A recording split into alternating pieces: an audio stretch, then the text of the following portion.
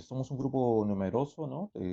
Tengo acá a mis colegas también en la lista, ya que gracias al equipo es que podemos conseguir las investigaciones, ¿no? Entonces, paso seguido, lo que nosotros podemos apreciar acá, nosotros estudiamos bastante las zonas de mínimo de oxígeno, ¿no? Que son zonas intermedias en el océano, eh, que se reconocen por un valor cercano a 0,5 o menores de 0,5 y también o por un porcentaje inferior a 7,5 de saturación o menor a 22 micromolar, ¿no? Entonces, estas zonas resultan de un balance de oxígeno, ¿no? De la respiración de la materia orgánica y de la escasa ventilación. Ahora, ¿por qué estudiar estas zonas de mínima de oxígeno, no? Es que, bueno, ahí ocurre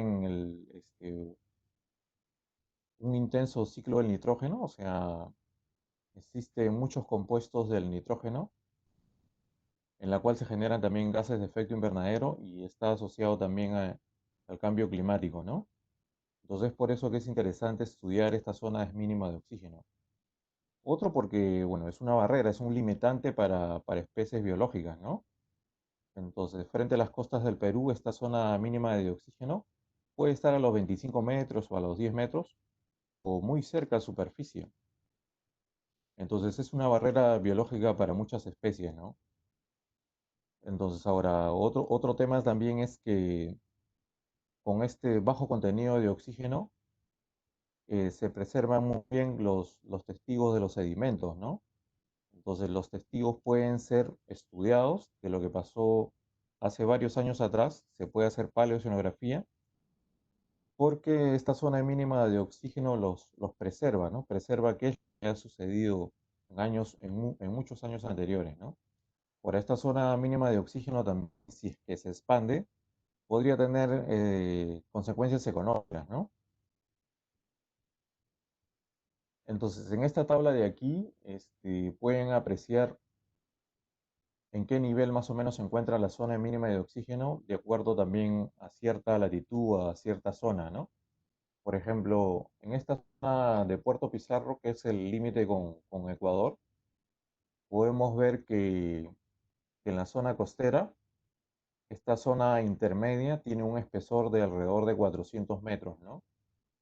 Pero alrededor de las 300 millas, esta se incrementa como 100 metros, ¿no? Alrededor de 512 metros. Entonces ahora, en una zona ya yendo más hacia el sur de Perú, la latitud 6, esta empieza a crecer, ¿no? O sea, en la zona costera es mucho más intensa o tiene un mayor espesor de más de 600 metros. Y bueno, aquí en esta otra zona que se llama Pisco, está entre 430 a 550, ¿no? Entonces ya podemos ver una variación latitudinal, ¿no? Ahora, no es muy habitual que muestremos en niveles tan profundos. Esto fue gracias también a la cooperación con el Geomar de Alemania en un crucero del 2009, ¿no? Entonces, en este tipo de crucero, con la logística y el equipamiento que tienen los alemanes, aquí se puede mostrar hasta los 3.000 o 4.000 metros, ¿no? Hasta las zonas bastante profundas. Entonces, aquí, bueno, en esta tabla lo único que quiero mostrar de manera inicial es que puedan apreciar el espesor de esta mínima de oxígeno, ¿no? Entonces ahora en este gráfico de aquí ya pueden apreciar lo que sería la zona de Perú, que es aproximadamente la latitud 330 o 320 aproximadamente, y la zona de Ecuador, ¿no? Ya la zona que es de ustedes, ¿no? Entonces pueden ver esta variación latitudinal. En la costa central de Perú, esta amplitud de la zona de mínima de oxígeno es mucho más extendida y podría tener en promedio unos 580 o 600 metros de espesor, ¿no? Entonces, bueno, los recursos marinos mayormente están por arriba de esta zona de mínima de oxígeno o si no, muy por debajo de esta zona, ¿no? O sea, por debajo de los 700. Muy pocos organismos tienen esa capacidad de estar en esta zona, ¿no? De muy poco oxígeno. Entonces, esta es una manera, digamos, de tener información de la zona mínima de oxígeno, ¿no? Aplicando, puede ser la metodología típica de Winkler, una técnica bastante antigua de 1888, o también se puede aplicar tecnologías mucho más modernas como un CTDO, ¿no? Un CTDO, o sea, un CTD mayormente tiene capacidad que puede bajar hasta los 3.000 metros o 2.000 metros. Bueno, dependiendo de la capacidad es lo que se podría hacer el perfil. Los CTD con mayor capacidad de profundizarse o de soportar la presión pueden llegar a los 3.500, 4.000 o 5.000 metros, ¿no? Mayormente los equipos que tiene el IMARPE llegan hasta los 1.000 o 1.500 metros, ¿no? Entonces aquí podemos evidenciar también que podemos estudiar la zona mínima de oxígeno a través de la cooperación internacional, ¿no? En este crucero del 2009, bueno, también participó un colega del INOCAR, ¿no? Entonces aquí es donde podemos, digamos, aprovechar la logística y la inversión que tienen los países industrializados en llegar a muestrear zonas que de repente nos es mucho más complicado con nuestra tecnología, ¿no? Entonces, bueno, otro tema que les quería hablar era el dióxido, ¿no? Este dióxido de carbono, ¿no? A través de la quema de combustibles fósiles, una parte se sabe que es retenido en la atmósfera, pero hay otra que ingresa al océano, ¿no? Entonces, esta que ingresa al océano crea un gradiente y mucho de ese CO2 es atrapado y queda como un reservorio en el fondo. Entonces, el fitoplancton disminuye esta cantidad de CO2 parcialmente disuelto. Bueno, existe o CO2 totalmente disuelto y un CO2 parcialmente disuelto. El CO2 parcialmente disuelto es el que puede ser removido por el aire, ¿no? Y irse a la atmósfera, o que también el fitoplancton lo puede capturar, ¿no? Entonces, el que tiene, digamos, la clave en el CO2 es el CO2 parcialmente disuelto.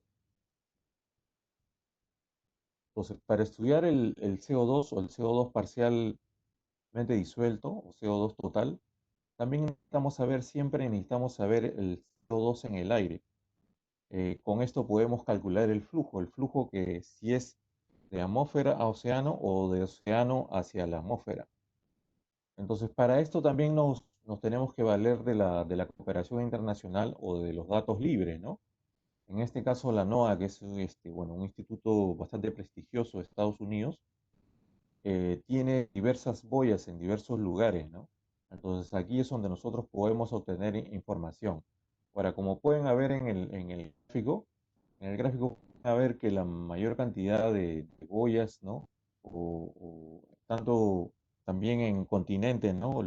Las torres que le llaman en continente, las torres y estaciones meteorológicas, estas abundan en el hemisferio norte, ¿no? No tanto en el hemisferio sur. En Perú hemos tenido alguna que otra boya frente a las costas de Perú, ya una boya, ¿no? Como corresponde a investigaciones marítimas. Sin embargo, lo que podemos apreciar son dos torres en continente, ¿no? Tenemos dos o tres torres en continente. Bueno, podríamos decir que hemos perdido cierta capacidad de muestreo en el mar de las costas del Perú, ¿no? Es a través de la cooperación internacional, en la cual esperamos que otra vez retomar esta información frente a nuestras costas, ¿no? Entonces, estas son lo que son estaciones, boyas, ¿no? O torres, tanto en el mar como en el continente. Entonces, para estudiar lo que es el CO2 en el aire, bueno, Estados Unidos tiene, digamos, cuatro lugares principales. Bueno, la Samoa Americana, ¿no? La zona sur en la Antártida, ¿no? O la sur polar en la Antártida, también tiene otro centro en Alaska y otro en Hawái, ¿no? Con esto podemos estudiar lo que es el CO2 en el aire. Ahora, el CO2 en el aire, como le decía, es importante tenerlo, no solo para saber el incremento de los gases de efecto invernadero, sino también porque se utiliza en el cálculo de lo que es la emisión o captación de CO2. No se hace la diferencia del CO2 parcial del mar con el CO2 del aire, calcula el flujo. Entonces lo que podemos ver es que, bueno, hasta el día 12 de estaba en ese, ¿no? Microatmósferas o partes por millón. Este PPP es, bueno, está en inglés, ¿no? Entonces, aquí en este gráfico de aquí, o esta información que podemos ver es, por ejemplo, del 2013, del 2014, del 2015 y del 2016, cómo este CO2 se ha venido incrementando, ¿no? Eh, por ejemplo, cuando el IMARPE inició en este tipo de estudios en el año 2004, el CO2 atmosférico era de 380 ppm, ¿no?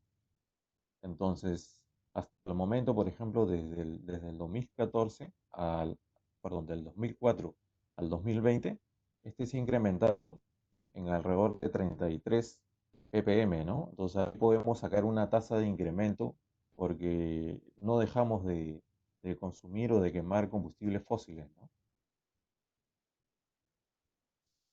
Entonces, bueno, en el 2004 el IMARPE también tuvo una cooperación con el ENVARI a través de un proyecto financiado por la NASA, en la cual nos dio la tecnología para tomar información en el océano, ¿no?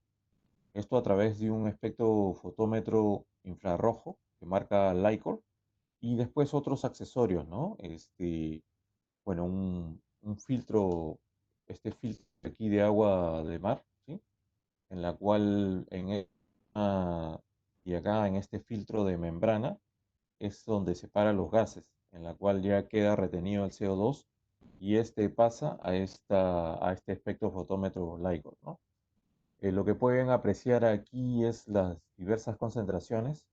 Pueden apreciar el CO2 parcialmente disuelto en el agua y con una frecuencia bastante alta, ¿no? O sea, de cada 10 segundos, ¿sí? Una cosa, se tiene una estimación, una cantidad de datos enorme, ¿no? Ya que es un muestreo continuo. Entonces, bueno, es la tecnología que nos dio el Embody, ¿no? A través de un convenio y fue aprovechado para obtener un paper también, ¿no? Es parte de este convenio, también llegamos a comprar una boya muy cerca a la zona de Callao, a la latitud 12, en la cual también nosotros, o Limarpe o Perú, proveía también información del CO2 parcialmente disuelto en el agua, ¿no? Entonces, bueno, esto aquí lo que pueden ver es que hay una diferenciación, por ejemplo, del verano del 2007 con el invierno del 2007. En el verano mayormente estas concentraciones disminuyen porque tenemos una mayor radiación solar. Los que de repente han venido alguna vez aquí por Lima, Lima es una ciudad bastante nublada y bueno, si hay bastante nubosidad, la fotosíntesis es bastante baja, ¿no? Porque se necesita la energía. No es así en el verano. En el verano se incrementa la radiación solar, entonces se puede capturar más CO2 y también el océano es un poco más productivo. En el invierno se tiene una mayor concentración de CO2 parcialmente disuelto por el afloramiento, ya que desde el fondo este CO2 llega hacia la atmósfera, ¿no? Entonces todo eso lo podemos, lo mencionamos en este paper, ¿no? O sea, los flujos de CO2 océano-atmósfera. Entonces, otro gráfico que podríamos mostrar acá es el sistema continuo de Barco del 2007, está de manera estacional. Vemos cómo en el verano del 2007 las concentraciones o la media llega a ser más baja. Tenemos unos valores mínimos por debajo de lo que es el CO2 del aire. Eso quiere decir que en parte capturó el CO2 del aire, o sea, como flujo neto, pero sin embargo en los otros periodos o en las otras estaciones el flujo neto es hacia la atmósfera, ¿no? Entonces aquí vemos otro gráfico que podemos ver un poco la dispersión o la asociación con la temperatura. Entonces a temperaturas más bajas, que está relacionado al invierno, otoño o primavera, vemos que se tiene mayores concentraciones de CO2, ¿no? En lo que es la boya.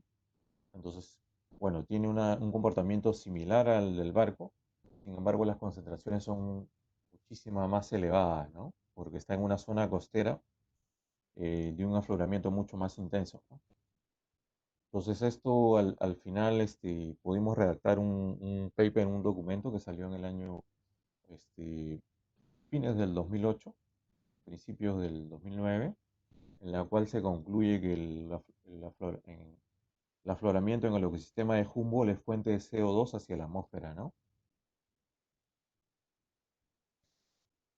Bueno, también se tiene o se puede obtener, ustedes también podrían obtener a través de este link de la NOAA datos frente a Ecuador, ¿no? O a cualquier otro país, o sea, hay datos liberados hasta el 2008, ¿no? Cada cierto tiempo se libera mayor cantidad de datos, posiblemente de acá a 3 o 4 años se libera al 2020 y así, ¿no? Y se va actualizando. No se libera datos del momento, pero sí se va liberando de 2 o 3 años atrás, ¿no? En este caso, al 2020 se tiene liberado datos hasta el 2008, ¿no? Entonces sería importante de repente para los estudiantes de SPOL que podrían realizar una tesis de grado, ¿no? Es- Utilizando estos datos del PCO2, ¿no? Que son totalmente libres. Entonces, otros datos que podríamos observar de manera general son estos datos de acá del IMARPE y el EMBARI, donde aquí se aprecia claramente que las concentraciones cerca a la costa son más elevadas, sin embargo también se tiene algunos núcleos productivos que hacen que capture el CO2, ¿no? Acá tenemos otro tipo de gráficos en la cual está los años, ¿sí? Los años en el eje de la y en el eje de las X la latitud. Entonces, un año que llama bastante atención es el 2004, fue bastante productivo, se encontró muchas mareas rojas. eh, yo creo que también se pudo evidenciar en Ecuador, en Perú, en Chile. Entonces fue un año bastante productivo, un año bastante distinto. Sin embargo, un año frío como el 2007 tiene concentraciones bastante elevadas de CO2, ¿no? Bueno, este año 2020 nosotros también lo consideramos como una niña y decimos niña costera, no tan intenso como el 2007, pero digamos, yo creo que también afecta en algo Ecuador en este momento porque esta niña costera que le decimos del 2020, debería también el Ecuador de repente en algunas zonas o en la zona límite con Perú tener no solo temperatura más baja, sino mayores concentraciones también de PCO2, ¿no? O presión parcial de CO2. Entonces hay una variación también con los eventos fríos, cálidos, normales o típicos, ¿no? Entonces hay una variación de acuerdo también a la variación interanual, ¿no? No solo la estacionalidad, como la hemos apreciado en gráficos anteriores, sino también hay una variabilidad interanual, ¿no? Entonces el PCO2 o la presión parcial de CO2 tiene estos dos tipos de variaciones, ¿no? La interanual y también la estacional, ¿no?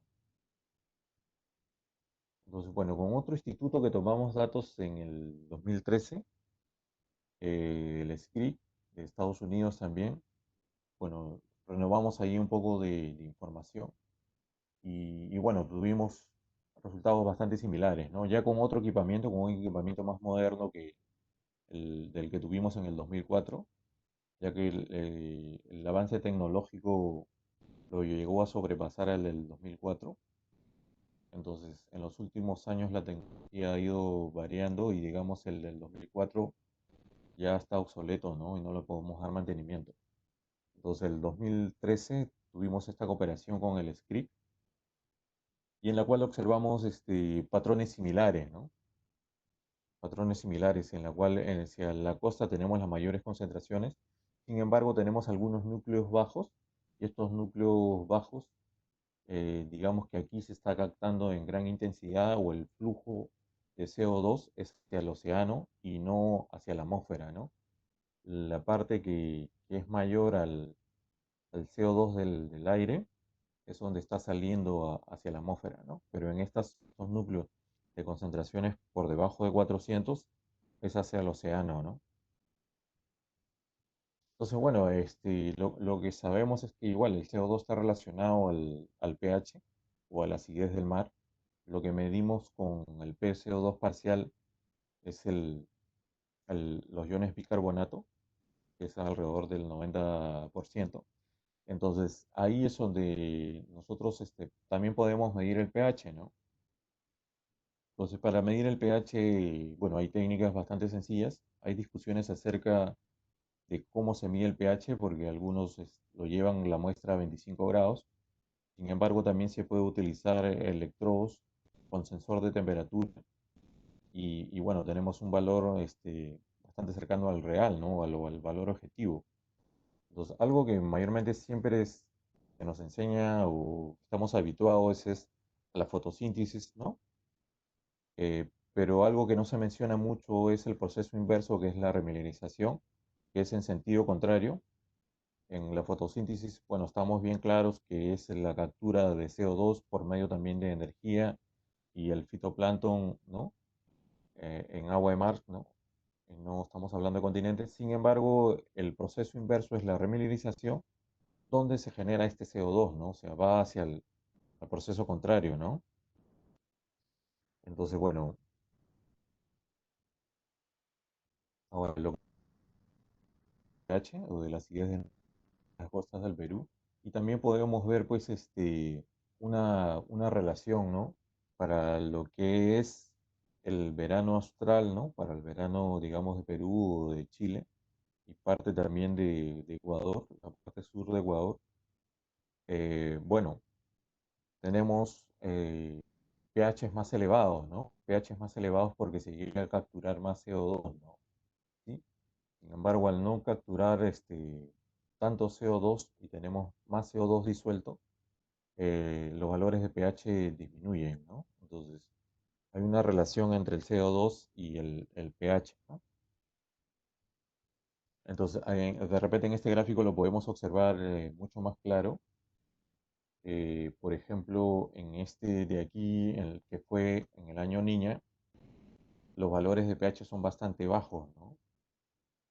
Podemos destacar 7.9, 7.8 hasta 7.6 en esta zona costera entre Callao y esta zona que se llama Pisco, porque es una zona bastante fría y intensa en el afloramiento, ¿no?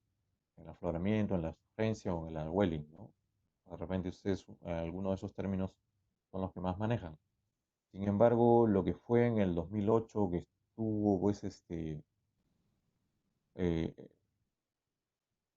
digamos, influenciado por ondas Kelvin. Las ondas Kelvin tienen estas aguas cálidas bueno, que no disminuye, ¿no?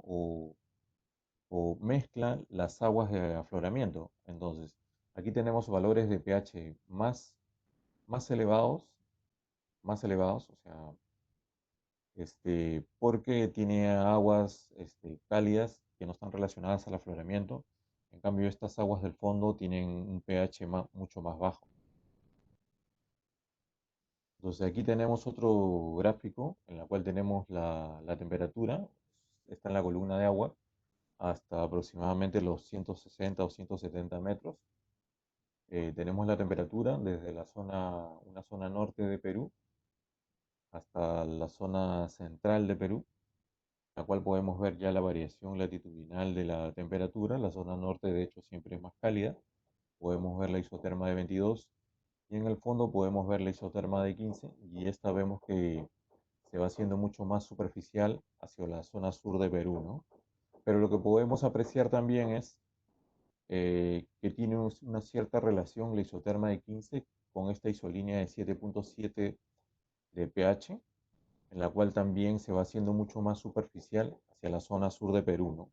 Y llega a superficie, o sea, esa zona de afloramiento es tan intensa que tiene una temperatura entre 15 a 16 y pH entre 7.7 a 7.8, ¿no? Entonces, lo que podemos apreciar también, como habíamos hablado de la zona mínima de oxígeno, que, que digamos el límite superior 0.5 o 7.5 de saturación o 22 micromolar. En este caso tenemos el 0.5 mililitros por litro. lo que podemos ver que se extiende, ¿no? Que se pone mucho más superficial hacia la zona sur de Perú, ¿no? En este perfil que es hacia costa, ¿no? Ahora, en general, lo que podemos apreciar, por ejemplo, aquí está en rojo este gráfico el oxígeno. Vemos cómo disminuye rápidamente en esta zona frente a Callao, que es la latitud 12, y después a cierta profundidad, alrededor de los 700, esta se incrementa. Vemos la temperatura también cómo empieza a disminuir y alrededor de los 1000 metros o 1100 metros está alrededor de 5 la temperatura, una temperatura, bueno, bastante baja. Y bueno, la salinidad también empieza a disminuir, ¿no? Pero bueno, este gráfico es típico y fue bastante conocido. Sin embargo, lo que no es muy conocido es el pH, ¿no? Entonces, vemos el pH o de la acidez del mar, que este también empieza a disminuir, después se estabiliza, pues se estabiliza y otra vez incrementa. Lo mismo sucede con la alcalinidad que está aquí en rojo, ¿no? Entonces, la alcalinidad es la capacidad de regular la acidez. Entonces, lo que vemos es que esta capacidad empieza a disminuir, después empieza a ser estable y después se recupera por debajo de los 700 o 500 metros, ¿sí? Entonces, bueno, vamos a ver otro tema, ¿no? De lo que es la productividad y fertilidad del mar. Como todos hemos sabido, como todos sabemos y manejamos, la, la clorófila o la productividad también esta disminuye con el niño, ¿no? Han escrito muchos autores como Carr, ¿no? Como Francisco Chávez y Messi. Entonces, pero esta productividad del mar también está asociada a la fertilidad, ¿no? Si las concentraciones disminuyen, también va a disminuir la productividad, ¿no? Entonces, bueno, en este documento de aquí o en este paper, estimaron a partir de la nutriclina o de los nitratos la disminución de la productividad en periodos del niño, ¿no? Entonces, bueno, una información que manejo y que maneja bastante gente del IMARPE y que es bastante popular ahora es utilizar los datos del satélite, ¿no? En este caso, el modo ISACUA tiene información de clorofila, bueno, también tiene de temperatura y otras variables. Sin embargo, me dedico a lo que es bioquímica o oceanografía química. Entonces, una manera también, de repente, para sus tesistas y para ustedes es que puedan utilizar esta información, ya que es libre, ¿no? Entonces, que puedan dominar la información, ya que igual también pueden manejar información de temperatura, ¿no? Y de otras variables, ¿no? Ahora también hay de salinidad, acoplado a un modelo, pero un modelo biogeoquímico o al RON, pero se puede sacar algunos gráficos también de salinidad, ¿no? Se puede estimar. Entonces, bueno, aquí lo que vemos es a través de la cooperación con el INOCAR y la CPPS, podemos ver un gráfico de la primavera del 2009 de nitratos y en el extremo derecho lo que podemos ver un gráfico del MODIS Aqua del 2019, de octubre del 2019. Entonces este gráfico es interesante porque vemos las concentraciones de nitratos, bueno, bastante elevadas frente a Perú y también en la parte sur de Ecuador, en la zona de la isla, en la parte oriental de la isla Galápagos. Sin embargo, hay otras zonas bastante pobres en cuanto a nitratos, ¿no? Entonces, esto no permite una mayor productividad, ¿no? Porque son concentraciones bastante bajas de nitratos. Entonces, y lo podemos ver en este gráfico de aquí de clorofila, ¿no? Donde también, donde tengo aquí concentraciones importantes de nitratos de alrededor de 10 a 15, eh, en la parte oriental de la isla Galápagos, vemos también mayores concentraciones de clorofila, ¿no?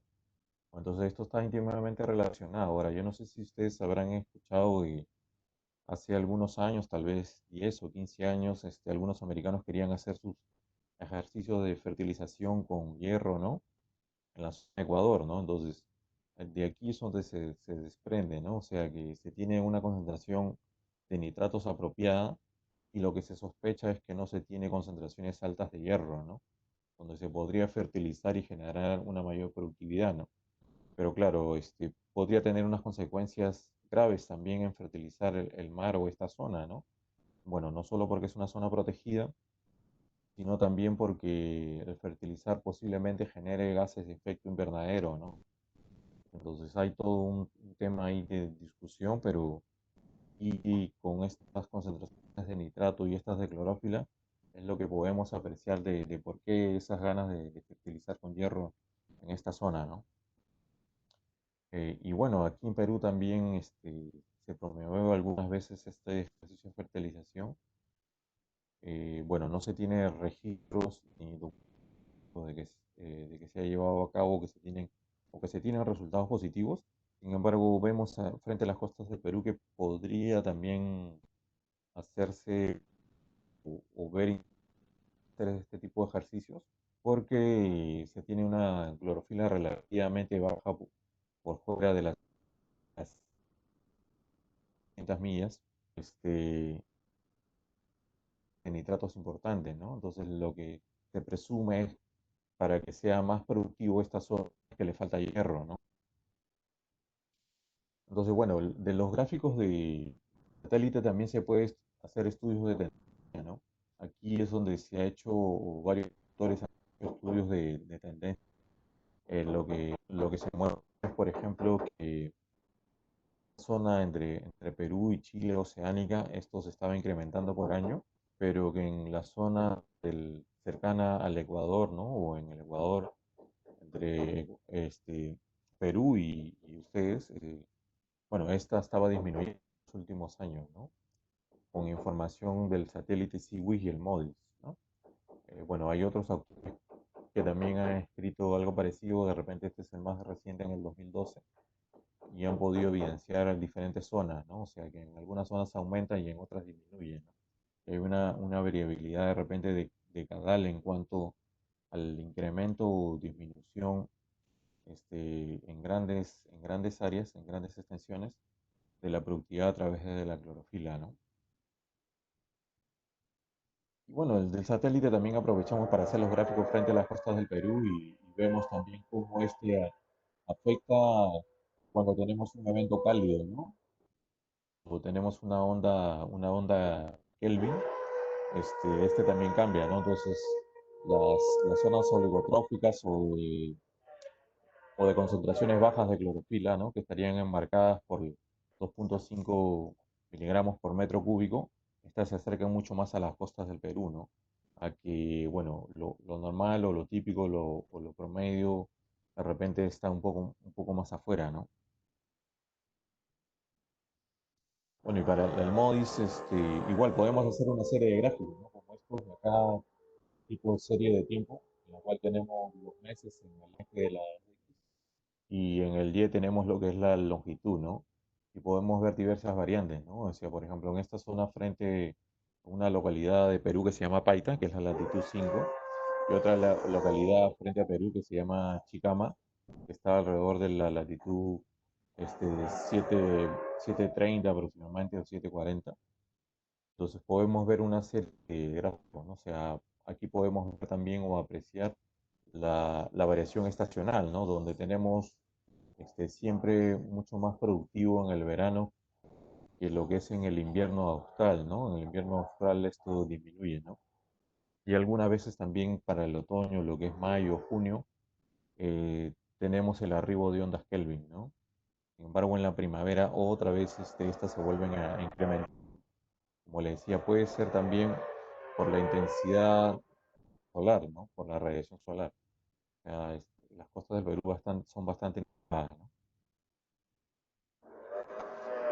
Y bueno, ahora voy a pasar un poco de lo que es equipamiento del buque de la Marina, ¿no? De la Marina de Guerra del Perú, de su simil del INOCAR, de lo que es la Dirección de Hidrografía y Navegación, y después un autoanalizador de nutrientes, ¿no? Un analizador de nutrientes Frank Louis, que es un robot, ¿no?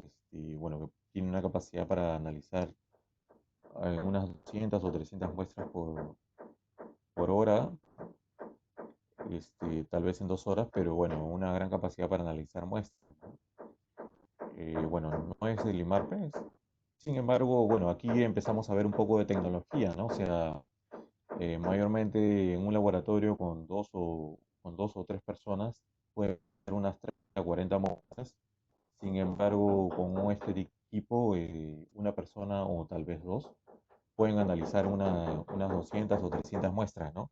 Y la mayoría de países industrializados tiene este tipo de equipos, ¿no?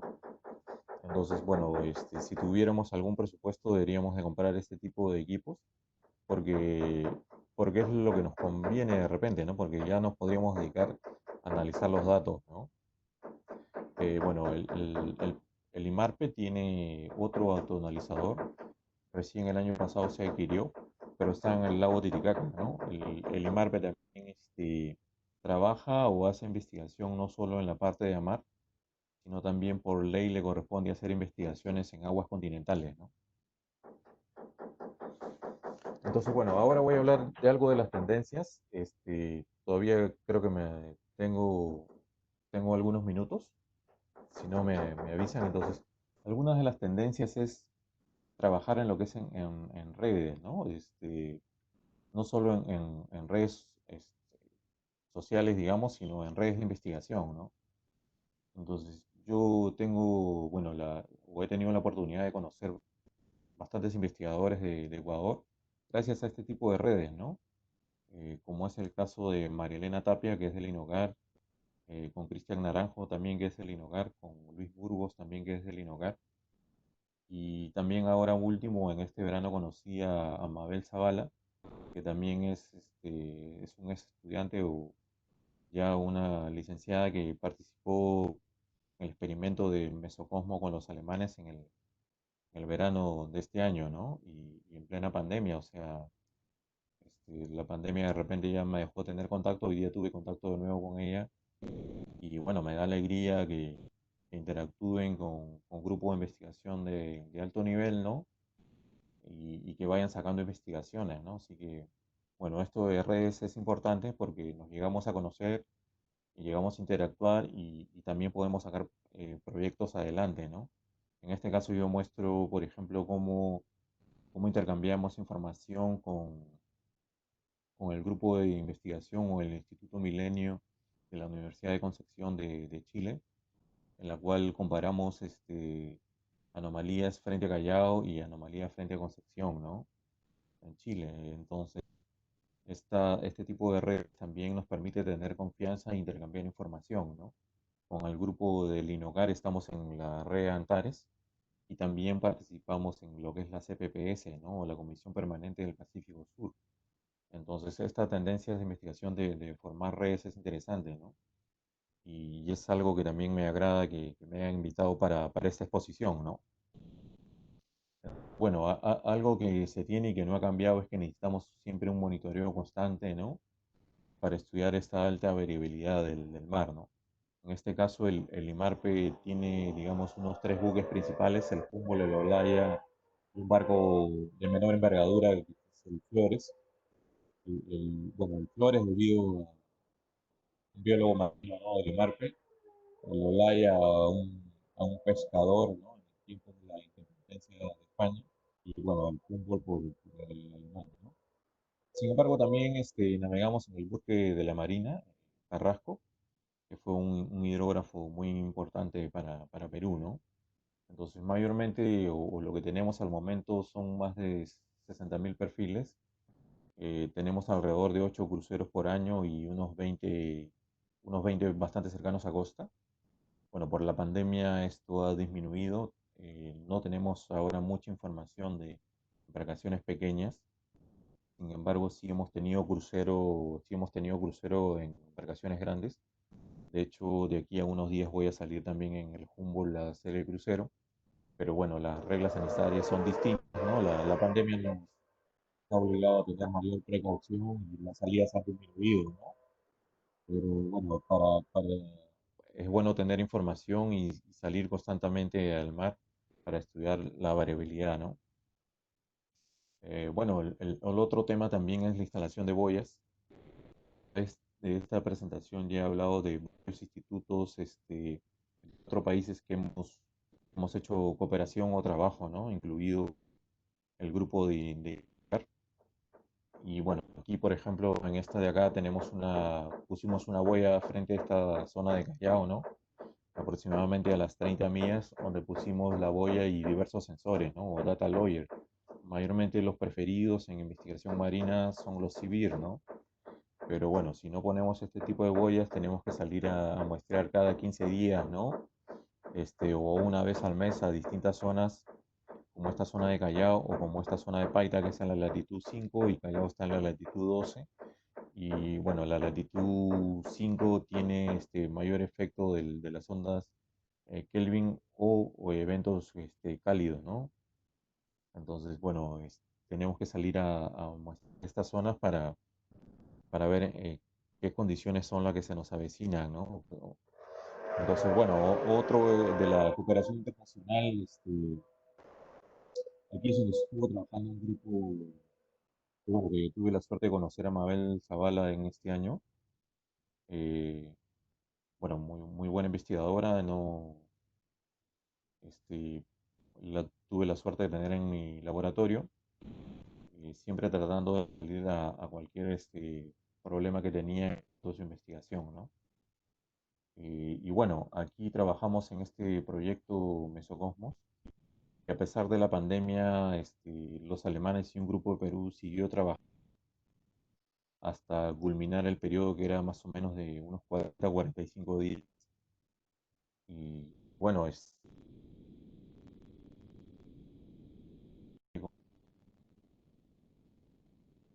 concentrados en las zonas de afloramiento de borde oriental. ¿Qué es lo que va a suceder? ¿No? O sea, se supone que va a haber un aumento de los vientos y unas urgencias a los polos y los vientos van a estar debilitados y la surgencia en las zonas hacia el Ecuador, ¿no? Eso es lo que se supone, entonces para eso son este tipo de experimentos, ¿no? Y tienen como pregunta clave cómo aumenta la productividad, la eficiencia y la transferencia trófica. Bueno, con la intensidad de las urgencias, ¿no? Tiene su pregunta, ¿no? Todo esto planteado por los alemanes del grupo El Geomar. De hecho, hemos hecho un convenio más grande en un proyecto que se llama Cusco con diversas entidades de Alemania, ¿no? Entonces la cooperación internacional es importante y bueno, hay que estar atentos y darle las facilidades y que los beneficios sean recíprocos, ¿no? Tanto para el país anfitrión como para el país que viene a poner su tecnología y poner sus temas de investigación, ¿no? Bueno, Perú recientemente o de repente hace 2 años también adquirió un glider que puede hacer el perfil ya de manera automática. Bueno, antes también compartimos información, tenemos un convenio también con el Instituto de Investigación y Desarrollo de Francia y también hemos trabajado con su glider de ellos, ¿no? Y bueno, y tenemos un documento también, ¿no? Este, ahora estamos por trabajar también con gliders, pero ya nuestro, ¿no? Entonces, bueno, el reciente proyecto con un colega del Embari es Dino Glider, pero Dino Glider que estudia, le llaman el ADN ambiental, ¿no? O sea, en el mar, en el océano, se tiene restos, ¿no? De los diversos organismos y se puede hacer un rastreo de qué organismo también estuvo ahí, ¿no? Todavía se tiene algunas dudas en cuanto a la concentración, ¿no? O sea, qué tan fiable es. O sea, sabemos que pasó por ahí cierto tipo de especies, pero digamos que la biomasa de repente todavía está en duda si es un cálculo bueno o no, ¿no? Entonces, esperemos que eso cambie en el tiempo, pero bueno, hay una técnica ahí que se llama el ADN ambiental y que se puede hacer un rastreo de los organismos que pasaron o que estuvieron en la zona, ¿no? Bueno, para lo que es clorofila de productividad, bueno, hemos estudiado pigmentos también con la cooperación alemana. El IMARPE tiene equipos de HPLC, ¿no? Pero no, mayormente no estudia todos los pigmentos, sino que, por ejemplo, el beta-caroteno, pero para lo que es acuicultura, ¿no? Para lo que es cultivo de algas, ¿no? O de microalgas. Entonces, para lo que es pigmentos en general, nosotros nos hemos valido de la cooperación internacional, tanto del laboratorio de la NASA como de la red Antares, Y acá pigmentos, por ejemplo, a lo largo de toda la costa del Perú, pudimos obtener datos a través de la cooperación alemana, ¿no?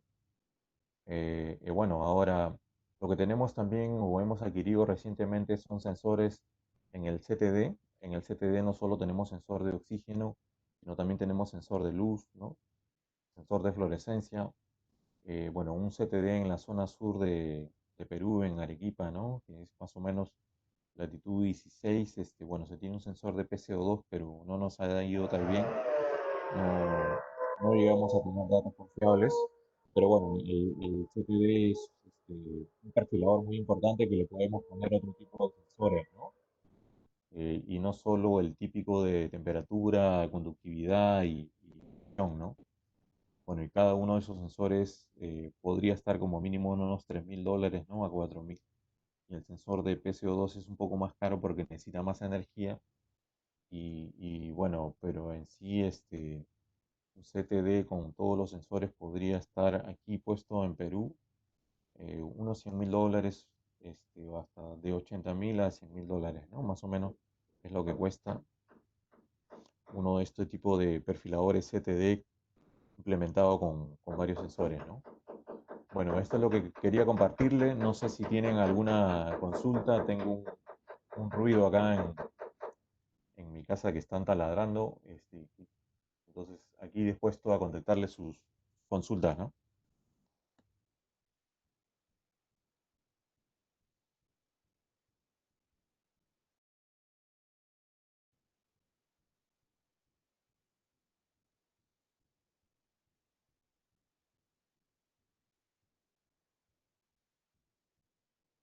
Bueno, muchas gracias, ingeniero Jesús. Yo creo que ha sido de mucha ayuda para todos nosotros. Si alguien tiene una pregunta, por favor, déjenla en la sección de preguntas y respuestas que vamos a estar haciendo dentro de unos minutos.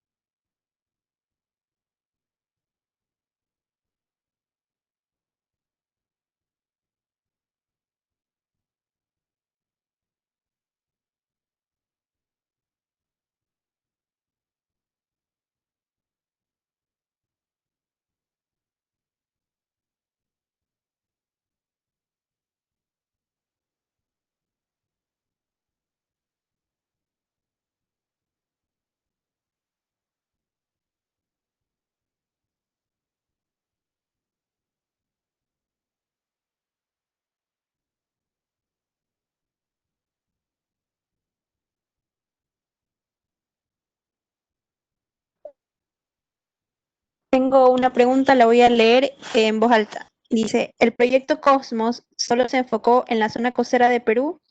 ¿La información de sugerencias se publicará en la página de IMARPE o todavía se sigue realizando este proyecto? Sí, ya, bueno, no sé si me escuchas, ¿está bien? Está, Sí, sí, lo escucho. ya, entonces, bueno, el proyecto del Mesocosmos tuvo una primera parte en el 2017.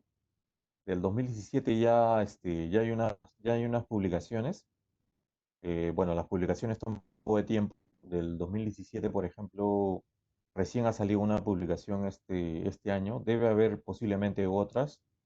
Las puedo también compartir de repente a través de Gema. Puedo buscarle, yo estoy en una publicación, podría buscarle otras publicaciones y podría enviarles, ¿no?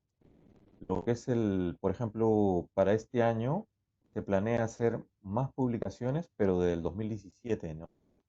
Digamos que del 2020 posiblemente también se tenga publicaciones, pero en el 2023, ¿no?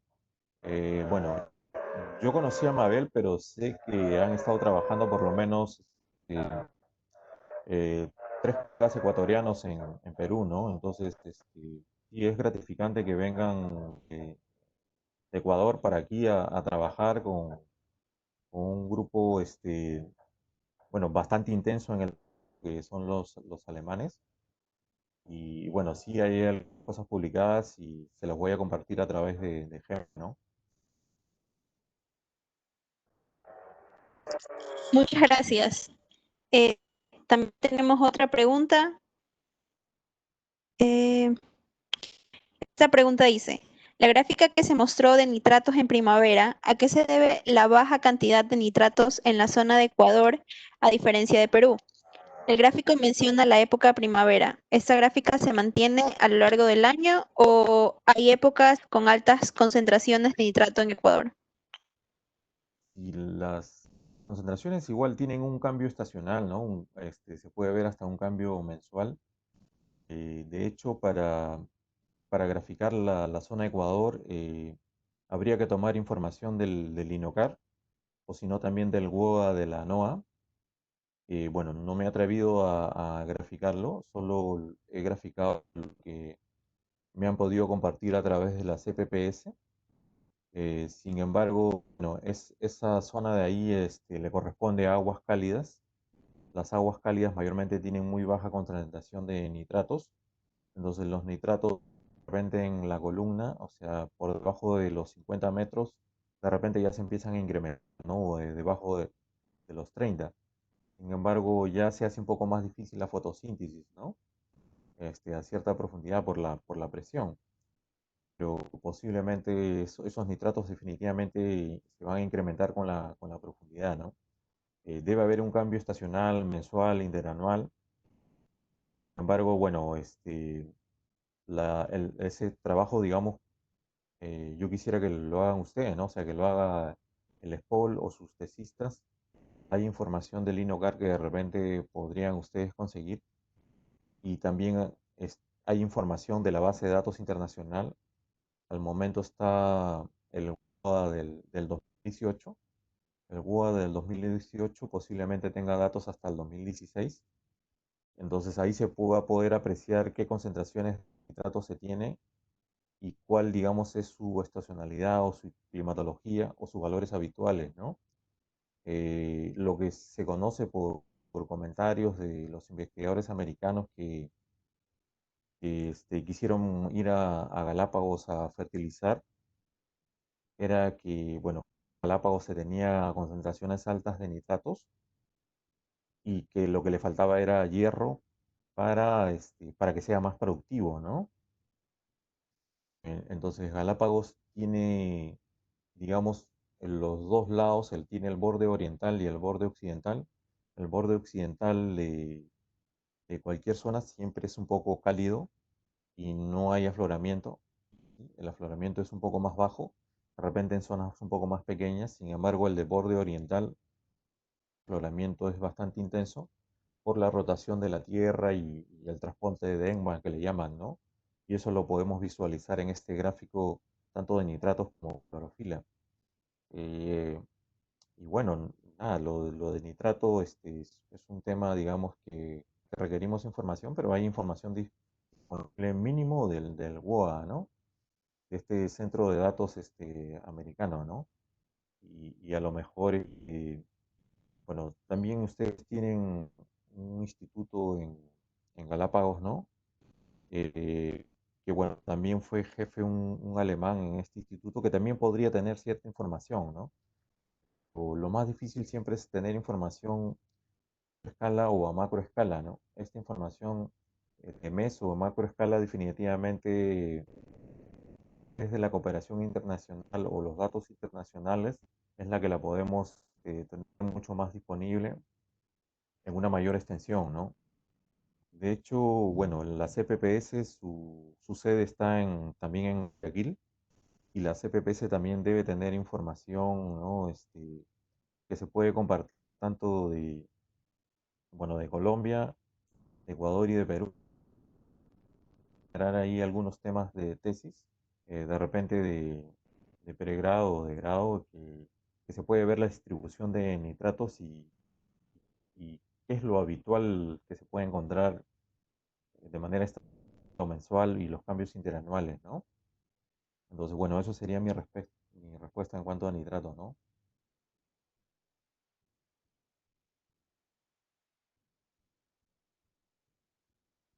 Gracias. Bueno, tenemos, yo creo que ya la última pregunta. Eh, Esta es, ¿el ADN ambiental se ve afectado por las variaciones climáticas? Es decir, con el aumento y disminución de temperatura, así como el pH y nutrientes. Y bueno, es un término que le llaman ADN ambiental. Me parece que los primeros que hicieron este tipo de análisis fueron los japoneses. Eh, de hecho, es bueno que ustedes tengan estudiantes también en universidades de Alemania o de Estados Unidos, ¿no? O tanto tesis de maestría como de doctorado, porque van a poder apreciar la técnica, van a poder dominarla y desarrollar su tesis, ¿no? Y con un financiamiento de otro país, ¿no? Entonces, este ADN que se le conoce como ambiental, lo que sucede o lo que pasa es como si hubiese sucedido un crimen y se tiene siempre células de quienes estuvieron ahí, ¿no? Entonces, se tiene células de los organismos que pasaron por ahí, por esa zona, ¿no? O sea, entonces esto queda en el agua, entonces esta se filtra y bueno, se trabaja con glutamido, ¿no? Con algunas sustancias y se pasa a un software, la computadora, y se compara con la información que ya se tiene y se puede ver qué organismos estuvieron en esa zona, ¿no? Entonces sí se puede, digamos, reconocer a través de esta identificación genética qué organismos estuvieron ahí, ¿no? Lo que todavía se está en duda o está en discusión es si se puede estimar la biomasa, ¿no? O sea, por ejemplo, vamos a suponer que en una zona frente a Galápagos, bueno, se detecta un tipo de tiburón, ¿no? Pero este tipo de tiburón o este tipo de organismo, bueno, se va a detectar, pero digamos no sabemos la biomasa, ¿no? La cantidad. Entonces, eso todavía es lo que está en discusión, ¿no? Pero la temperatura, ¿no? Lo que decían que la temperatura para detectar este ADN ambiental, o sea, la temperatura mayormente afecta a ciertos recursos en su distribución. Por ejemplo, en el año 2007 eh, había cierta biomasa de anchoveta en la zona sur de Ecuador, ¿no? Con esta niña intensa que fue en 2007. Entonces, la temperatura lo que hace es cambiar la distribución de ciertos recursos biológicos que están asociados a una temperatura o a una salinidad, ¿no? Eh, pero digamos, lo que hace el ADN ambiental es registrar lo que se encontró en ese momento, ¿no? Entonces, creo que ahora que también éramos como una pequeña niña o como una niña costera, me parece que en la zona sur de Ecuador también están registrando anchoveta, ¿no? Que es de agua fría, ¿no? Esta anchoveta negra.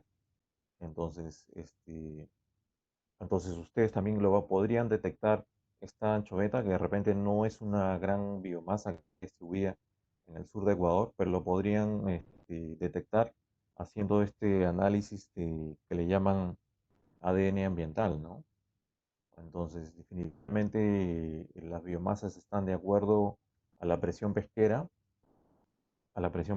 y a lo que es su temperatura o su distribución de masas de agua, ¿no?